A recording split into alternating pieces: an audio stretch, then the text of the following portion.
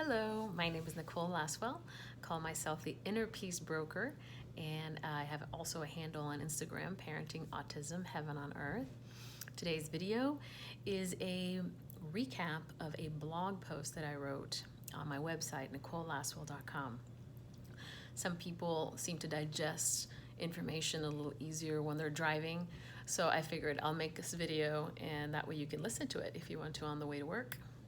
Or while you're brushing your teeth, however it works for you. But more than anything, I hope this is of service to you. This is the first blog post about grieving and what it felt like to receive the diagnosis of autism for us, but especially for me, because my husband was super simple, like, yep, all right, he has autism, what's next? For me, it took a little bit longer. I didn't break down crying that first day that I got the news from the teachers. I just pretty much took it like, yeah, okay, what do we have to do?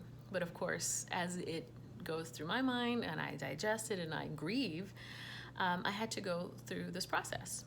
So there's something miraculous happened that I tell the story every time when somebody asks me, well, how'd you react when you found out your son had autism? When the second one came along, it was still sad, but it was like, okay, well, we know what to deal with. It's just it's a different child on the spectrum. So both my boys have autism, but the initial feeling of not knowing what to do with my life at that point was where I was standing in my kitchen, and my Will was about 3 years old.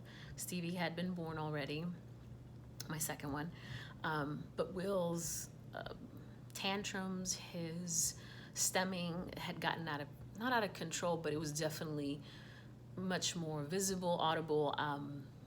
I got exasperated a few times because I didn't know how to deal with it, even getting a yoga certification.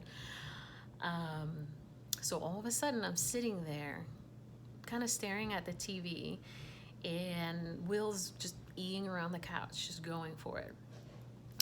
And I remember just stopping and looking at what he was watching, which was this fantastic little movie, Kung Fu Panda. I highly recommend it to everyone, but it really has so much knowledge and wisdom for every single human being out there, especially those that are feeling like the underdog or that things can never go for you. It's absolutely opposite. You just have to be welcoming the universe to tell you what to do.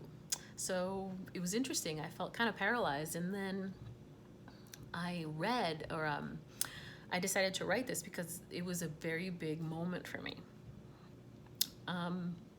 So I wrote down the script, and I'm going to read it to you so you can get an idea, and I can explain how I felt at that moment. Here I was feeling like I may not be a grandmother, my son might not go to college, we might have to parent him for the rest of his life. I didn't know what our marriage would be like, what our family would be like. I was seriously fearful of what would be with this newfound diagnosis.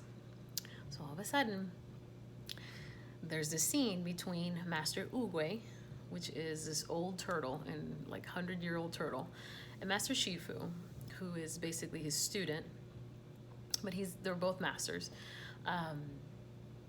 But Master Shifu, which is another type of panda, smaller, more intense type A personality, he really wants to control the situation, has to basically train this panda that is supposed to be the dragon warrior, which he didn't believe it was a dragon warrior. The panda is fat, is kind of lazy, he loves to eat, and and he loves kung fu, but he's never trained in it.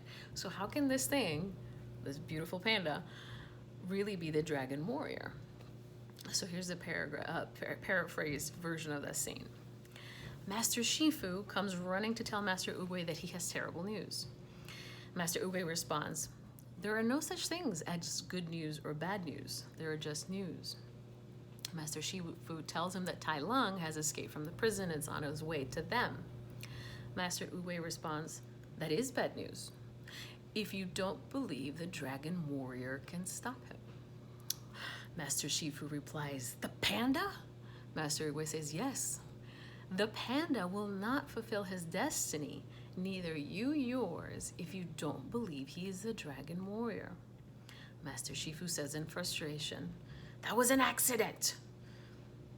But Master Uguay calmly replies, there are no accidents. Shifu says, yes, you said that twice before. And Uguay replies, that was no accident either. Shifu replies, thrice. Master Uguay finally explains what he wants Shifu to understand. You need to let go of the illusion of control. Look at this tree. I cannot make it blossom when I want it to, or bear fruit before it's time. Master Shifu replies, yes, but you can make the fruit fall. And he kicks the tree and many peaches fall, except for one more falls on his head when he doesn't intend it to fall on his head. So it's kind of funny. And I can plant the seed wherever I want. He tries to plant it real intensely.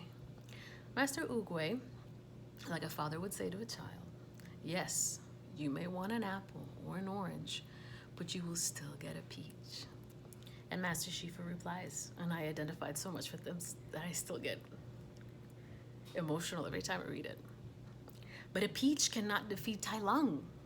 Master Uguay delivers the life-changing punchline. Maybe it can, if you guide it, if you nurture it, if you believe in it. And that's the moment when I looked at my sweet little boy running on the couch, eating away, that I realized he was my peach.